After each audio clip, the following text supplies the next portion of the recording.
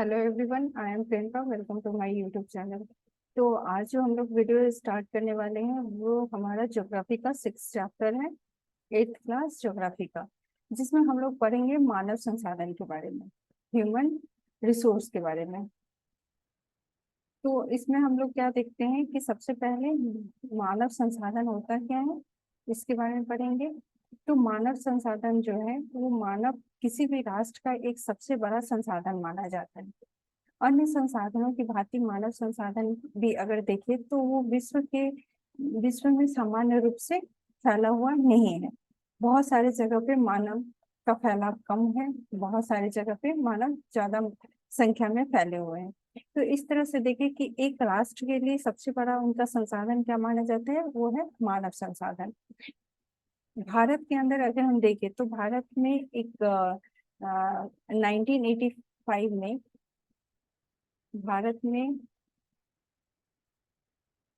भारत में आपको 1985 में एक मंत्रालय का निर्माण किया गया था, जिसका नाम है भारत मानव संसाधन मंत्रालय।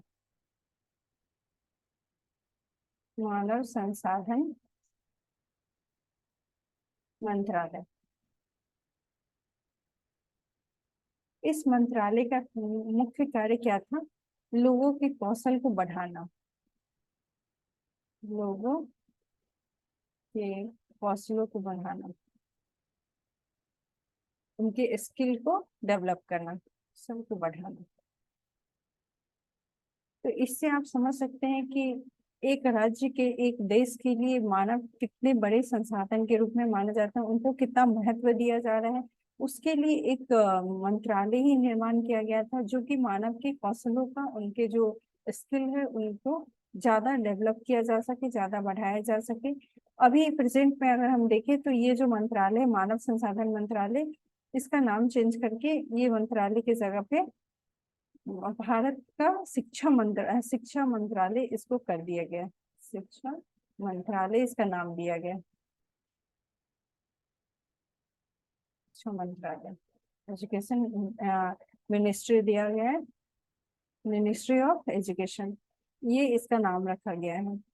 तो आप देख सकते हैं, नेक्स्ट अगर हम देखें तो जनसंख्या का वितरण किस तरह से है।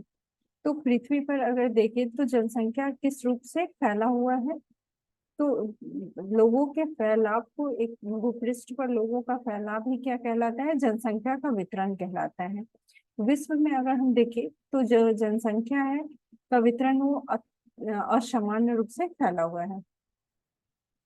ये कैसे? तो कुछ क्षेत्रों में अगर हम देखें तो लोग बहुत घने आबादी के रूप में बसा हुआ है। कुछ क्षेत्र ऐसे हैं जहाँ पे लोगों की संख्या क्या है, काफी विरल है, मतलब काफी कम संख्या में लोग वहां पे बसे हुए हैं।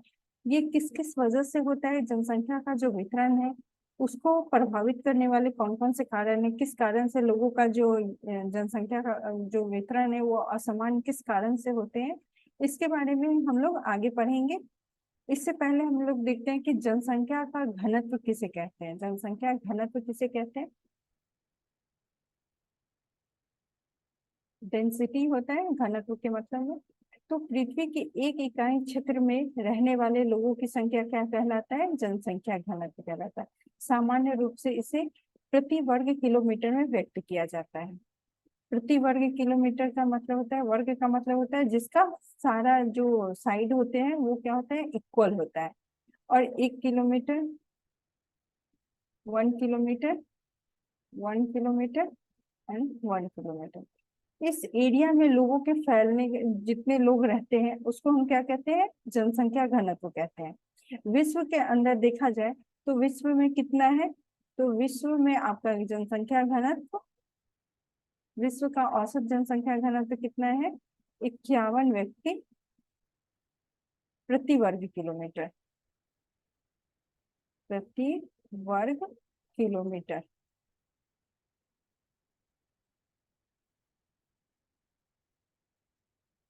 वैसे इतने क्षेत्र में कितने लोग रहते हैं? विश्व में 51 लोग रहते हैं।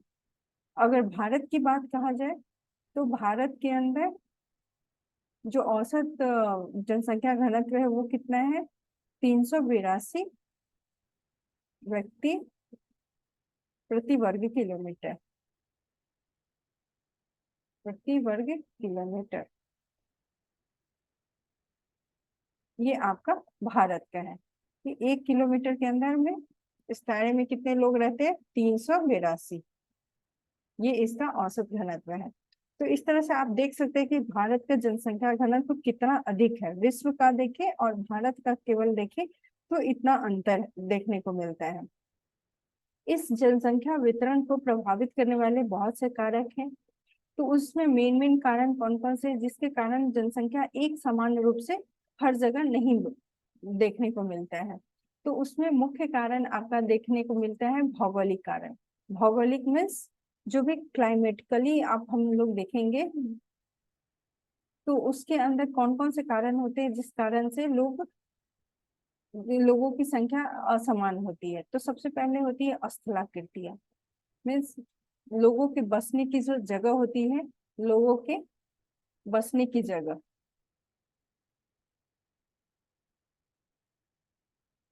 बसने की जगह,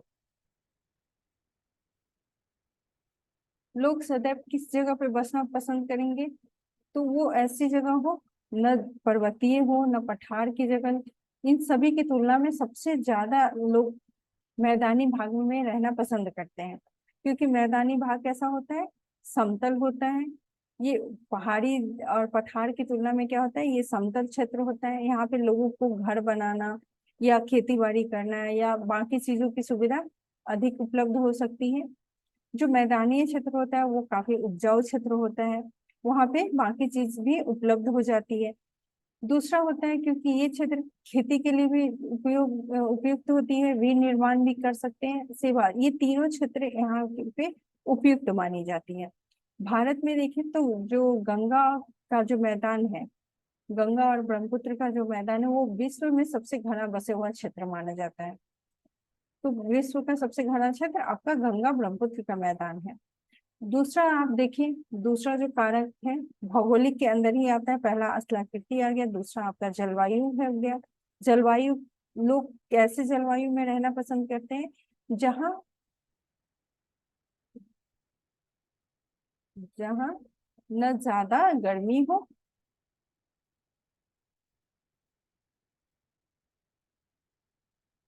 गर्मी हो और न ज्यादा, और न ज्यादा ठंड वाली जगह हो, न ज्यादा ठंड वाली जगह पे।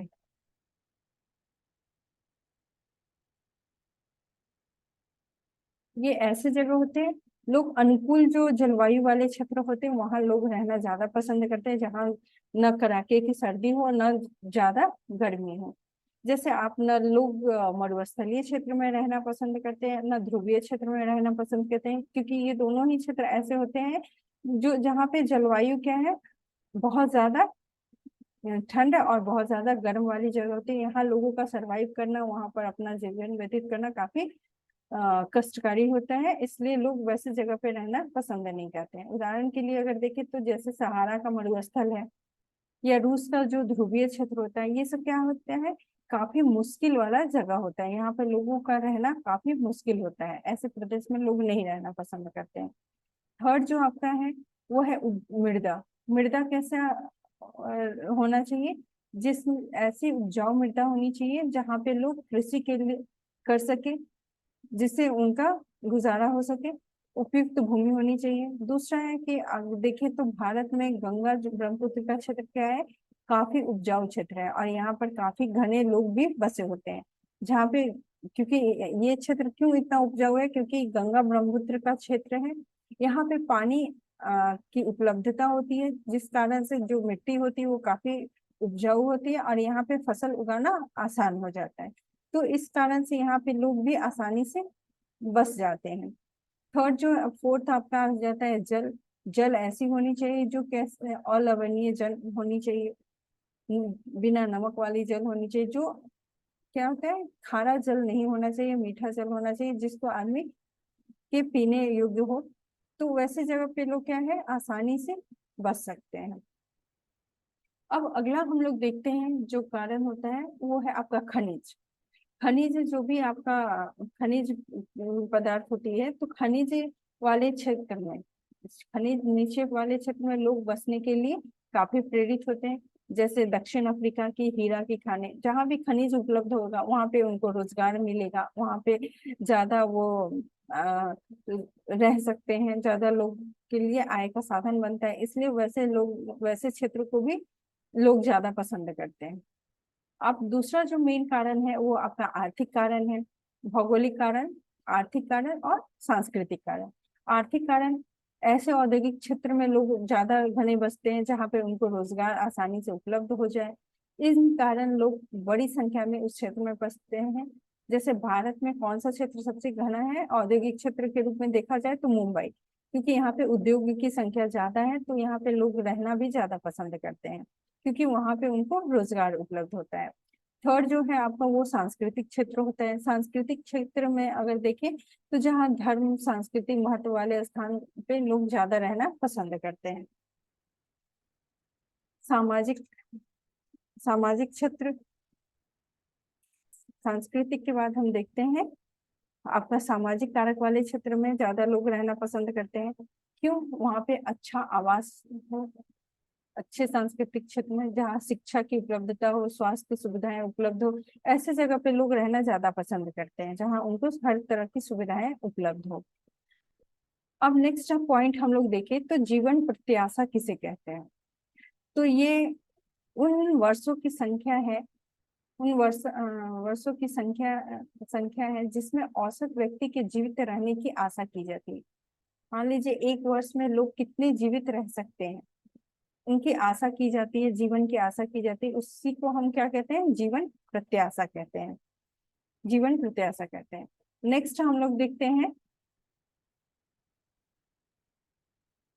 नेक्स्ट है आपका जनसंख्या परिवर्तन किसे कहते हैं। तो जनसंख्या परिवर्तन का मतलब होता है जनसंख्या में उतार चढ़ाव, जनसंख्या में जो भी परिवर्तन देखने को मिलता है, से तात्पर्य एक निश्चित अवधि में लोगों की संख्या में परिवर्तन। यह वास्तव में किस कारण से होता है? जनसंख्या परिवर्तन किस कारण से होता है? या तो जन्म दर और मृत्यु दर की संख्या में जो परिवर्तन होता है वो इसके मुख्य कारण होते हैं। जनसंख्या परिवर्तन का मुख्य कारण जन्म दर और मृत्यु दर, ये इसके प्राकृतिक कारण होते हैं। ये हम लोग देख लिए जन्म दर किसे कहते हैं। तो जन्म दर का मतलब होता है कि प्रति हजार व्यक्ति में पर जीवित संख्याओं जन्मों की संख्या को मापा जाता है। जन्म दर, 1000 लोग में कितने लोग जीवित हैं, व्यक्ति पे जीवित लोगों की संख्या।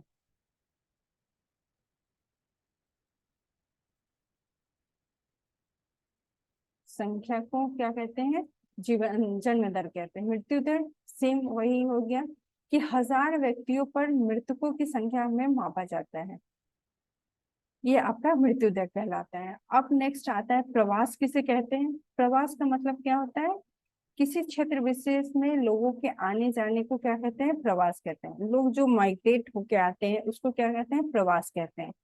किसी क्षेत्र में लोगों का जो संख्या बढ़ने लगता है, लोग उठ के, जैसे आप देखिए तो जॉब की तलाश में, शिक्षा की तलाश में बिहार, बाकी दूसरे स्टेट से लोग बाहर की तरफ जाते हैं। तो किसी भी चीज की तलाश में, या वो कोई भी कारण हो, शिक्षा हो, रोजगार हो, किसी भी कारण से लोग का जब मूवमेंट होता है, एक जगह से वो उठ के दूसरे जगह जाते हैं, तो उसको क्या कहते हैं? प्रवास कहते हैं, माइग्रेशन कहते हैं। प्राकृतिक वृद्धि दर किसे कहते हैं? तो एक देश की जन्म दर और मृत्यु दर के बीच के अंतर को क्या कहते हैं? प्राकृतिक वृद्धि दर कहते हैं। जन्म दर और मृत्यु दर के बीच के जो अंतर होते हैं उसको प्राकृतिक वृद्धि दर कहते हैं। जन्म और मृत्यु जनसंख्या परिवर्तन के प्राकृतिक कारण माने जाते हैं। ये क्या है? जो वृद्धि होती है या जो जनसंख्या में परिवर्तन होते हैं उसके ये प्राकृतिक कारण है, जन्म दर और मृत्यु दर। दूसरा जो कारण होता है आपका माइग्रेशन जो होता है, वो भी एक कारण है जनसंख्या परिवर्तन का। क्योंकि एक्चुअल में अगर मान लीजिए किसी स्टेट का जनसंख्या 12 लाख, 14 लाख या 14 करोड़ है, अगर उसके 20%, 10% लोग भी वहां से हटके उठ के अगर दूसरे स्टेट में चला जाए तो उस स्टेट का जो जन्म दर एक्चुअल में देखा जाएगा तो वो क्या होगा, घट जाएगा। लेकिन उस घटने का मेन कारण क्या है, नेचुरल, प्राकृतिक नहीं है। ये नहीं है कि उस स्टेट जो लोग गए हैं वो जिंदा नहीं है, वो है, लेकिन अभी वो माइग्रेट होकर किसी और स्टेट में चले गए हैं। तो ये जो प्राकृतिक कारण नहीं माना जाएगा। तो जनसंख्या वृद्धि किसे कहते हैं, जनसंख्या वृद्धि किसे कहते हैं?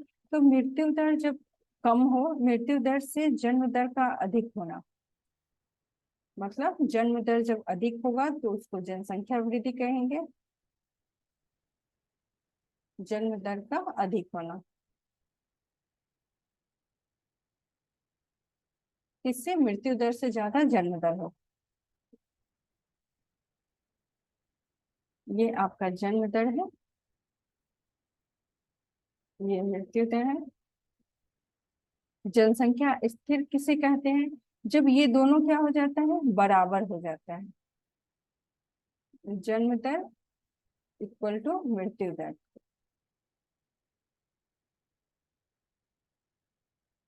ये दोनों जब बराबर होगा तो देखिए जन्म दर में क्या होता है, ये जन्म दर है, ये मृत्यु दर है। जब ये ज्यादा होगा तो ये क्या है, जनसंख्या वृद्धि होगी। जनसंख्या स्थिर जब होगा, जब ये दोनों इक्वल होगा। और जब मृत्यु दर ज्यादा होगी जनसंख्या दर से, तो ये क्या कहलाता है, जनसंख्या में कमी कहलाता है, जब जन्म दर कम हो और मृत्यु दर अधिक हो। अब देखेंगे जनसंख्या विस्फोट किसे कहते हैं। जब तीव्र गति से किसी निश्चित अवधि में जनसंख्या में वृद्धि होती है तो उसको क्या कहते हैं, जनसंख्या विस्फोट कहते हैं, एक निश्चित अवधि के अंदर हम अगर देखें। अब नेक्स्ट आता है जनसंख्या विस्फोट के बाद अप्रवास किसे कहते हैं। अप्रवास ये एग्जाम में भी पूछा जाता है, अप्रवास।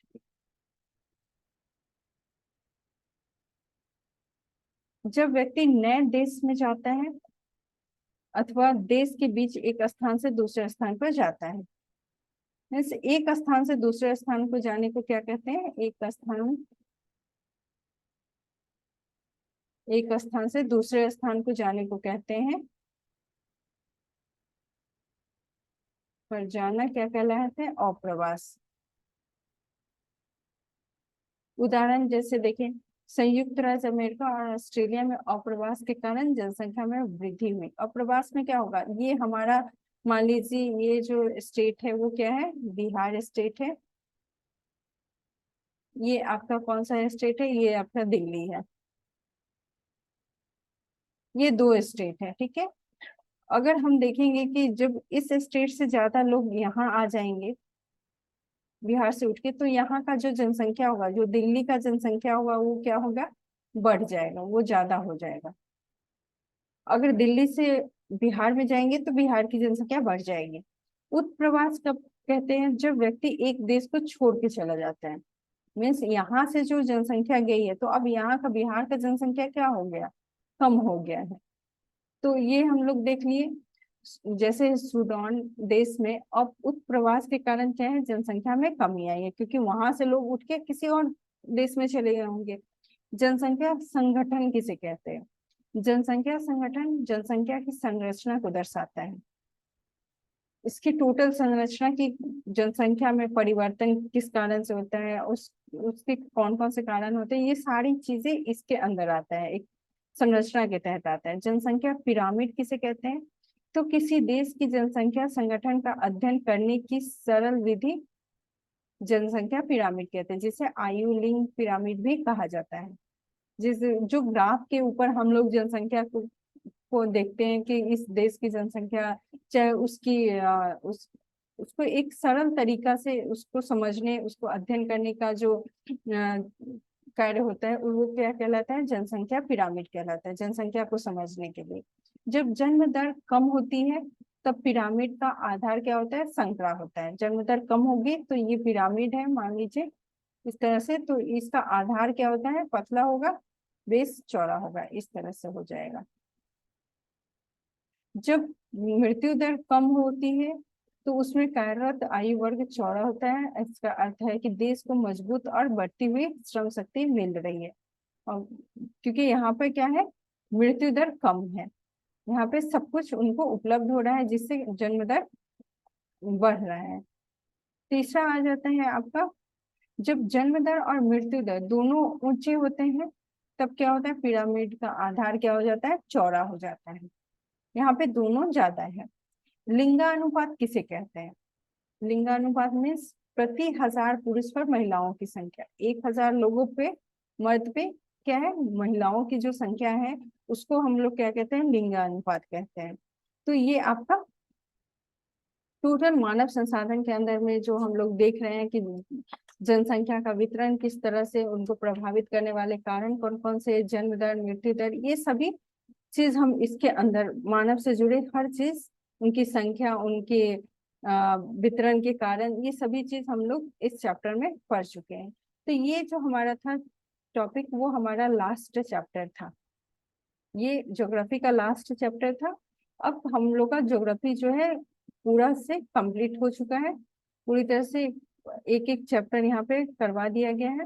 तो आप लोग एग्जाम की तैयारी के लिए पूरा ये एक बार सारे वीडियो, जो 27 वीडियो है, सारे वीडियो को देख सकते हैं, क्योंकि इसमें सारे चैप्टर को डिटेल में पढ़ाया गया है, उसके नोट्स के साथ पढ़ाया गया है। तो ये आपके एग्जाम में काफी हेल्प कर सकता है। तो आप इसको एक बार रिवाइज कर सकते हैं। अब नेक्स्ट जो हम लोग वीडियो बनाएंगे वो होगा हमारा सिविक्स के ऊपर, सारा चैप्टर, एक एक चैप्टर का वीडियो हम लोग तैयार करेंगे। आई होप आप लोग को ये वीडियो अच्छे से समझ में आई होगी। ये चैप्टर आपका कंप्लीट होता है, तब तक के लिए धन्यवाद।